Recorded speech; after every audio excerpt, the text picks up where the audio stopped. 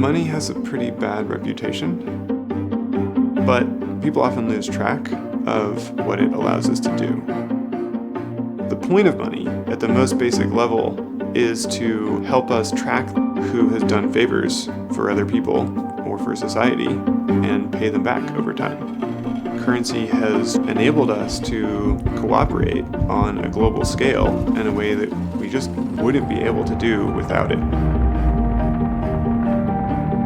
Right now, money is effectively issued by nation-states, which has been pretty functional in many parts of the world, but it's also susceptible to failure. In the extreme, you could spend your whole life saving money, and over a very short period of time, it all just goes away. The Corralito happened in 2001 in Argentina. The government decision was to confiscate everybody's funds and then devaluate the assets to 1/4 of the value. It was devastating. Emerging markets go through periods of cyclicality where there's a tremendous amount of inflation. Keeping money under a mattress or whatever it may be, that's never going to go away. How do you address that?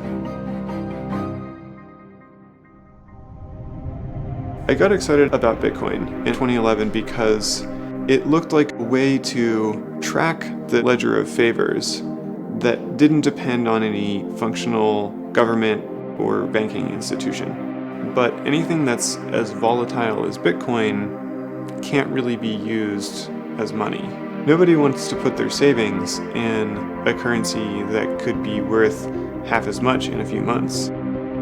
The challenge of designing an automated exchange rate peg, which is what a stable cryptocurrency will rely on at the beginning, is very difficult. And in the price-stable cryptocurrency field, there's been a huge rush amongst many teams to ship a product as quickly as possible. The problem with that is that if an exchange rate peg breaks, that's really bad for all of the users of that currency.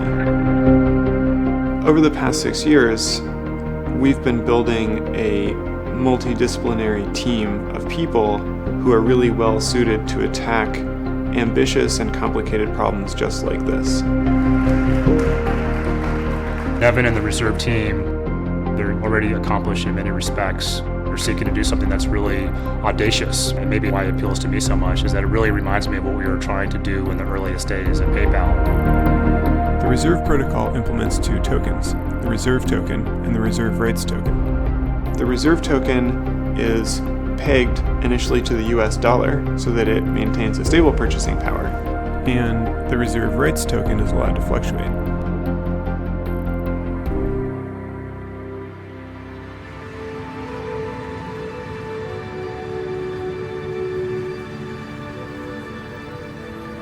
Something that excites us at Reserve is opening up a financial system and giving access to a lot of people who didn't have it before.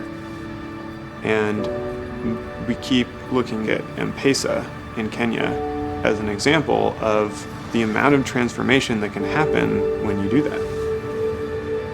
M-Pesa is a mobile payments and savings service that was introduced about 15 years ago, and by now something like 20 million people use it, and it's lifted 200,000 households out of poverty. I think stablecoins give autonomy to people, and that's a very empowering tool, because now when somebody wants to change the rules, that autonomy, will create freer society. You're always going to have dollars, you always have gold, but in this era of blockchain and crypto, why can't you have a crypto equivalent? That's where the stability of reserve comes into play. Currency is this enormous global institution, but ultimately what matters is the impact on people's individual lives.